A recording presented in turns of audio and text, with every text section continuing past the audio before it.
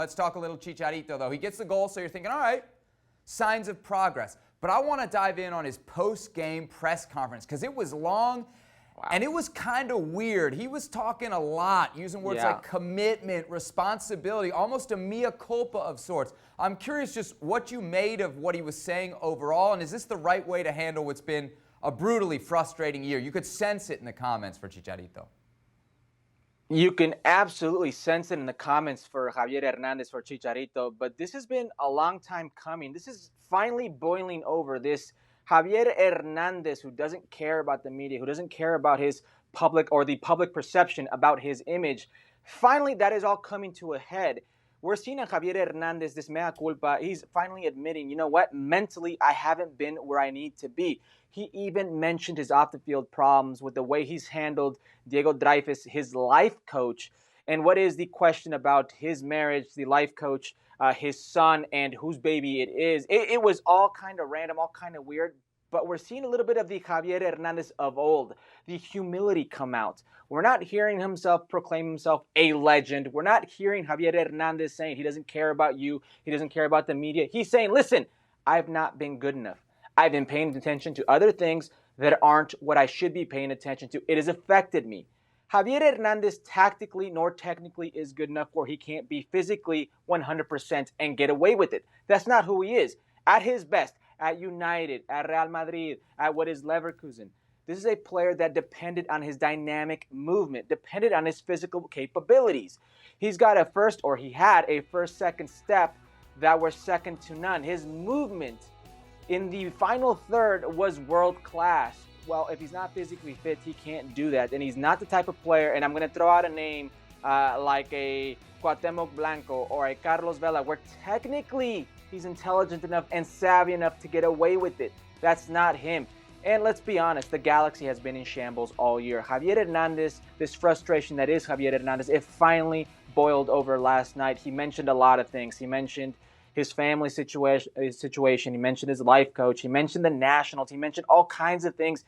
He finally realizes, Javier, whatever he's been doing, it hasn't been good enough. I like this because we're finally seeing that humility that for the longest time was Javier Hernandez, this mentally strong character, this I want to eat the world, I want to take all comers at all costs, I want to be that mentally hungry, mentally strong person on the field. He's finally shown us glimpses that he's back. But for the Galaxy, 2 goals in what is a little bit over 700 minutes for a guy who's making over $6 million a year for what was $8.5 million transfer fee from Sevilla, it's a little too late.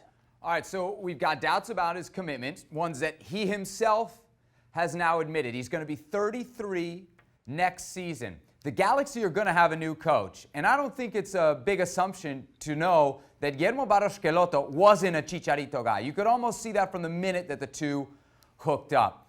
Do you think it's the right move for the Galaxy to keep this guy, or should they pull a Gio dos Santos, try to find a soft landing spot for him, maybe where they pay some of the bill down in Mexico, and move on and not have this big, heavy item right there for the next coach to take over and have to deal with?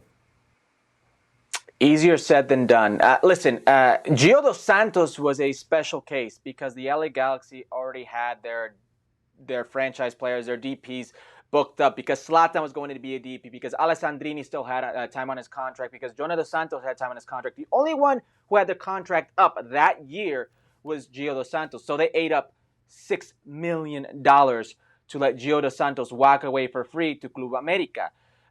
Even if they wanted to let go of Javier Hernandez, who is going to take on that responsibility? You have to assume there are at least 3 more years left. 3 more years at, let's say, $6 million a year. Are you really going to give that up? Who's going to assume that contract, that responsibility? Even if you're eating up half, we're talking about millions and millions and millions of dollars. I don't see a team out there willing to take that chance on Javier Hernandez, especially in Liga MX. People don't realize Liga MX has changed. It is no longer splashing out dollars to begin with. They now operate in pesos. They don't have the money they used to. They are dialing things back with the approach that they have. A 33-year-old Javier Hernandez that is worth millions to you annually. No, I don't see that happening. I think there's a long way to go with Javier Hernandez and repairing, I should say, that image, that public perception. but you're not getting rid of that contract. No matter what anybody tells you, no matter what the LA Galaxy tell you, Javier Hernandez has them up against the wall. He's got them between a rock and a hard place. Javier Hernandez is here for a while. You mentioned the national team. He talked about it last night, said he would always have his door open. Let's be honest. At the rate he's going, at the level he's playing in Major League Soccer, he's never going to get back to national team level, is he? That's the beautiful thing about being a goal scorer, about being a forward. Goals change that. Are you telling me if Javier Hernandez starts out next season and he's scoring goals, Tata Martino's not going to say, you know what? Hold on a second. I've got this plethora of nines lying around. I've got so many players around the world in that position. They're doing so well. Now, forget about it, Javier. I don't need you.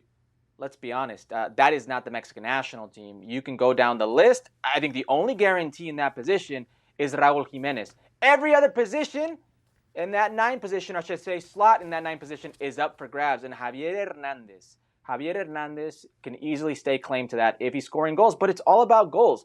With him, it's never been about talent, technical ability. His talent is he scores goals. He's very much a poacher, if you will, in that sense. So Javier Hernandez, who is hot, and he's proven that he can get hot, there is no denying Javier Hernandez a place on the national team if he can score goals. It's as easy as that.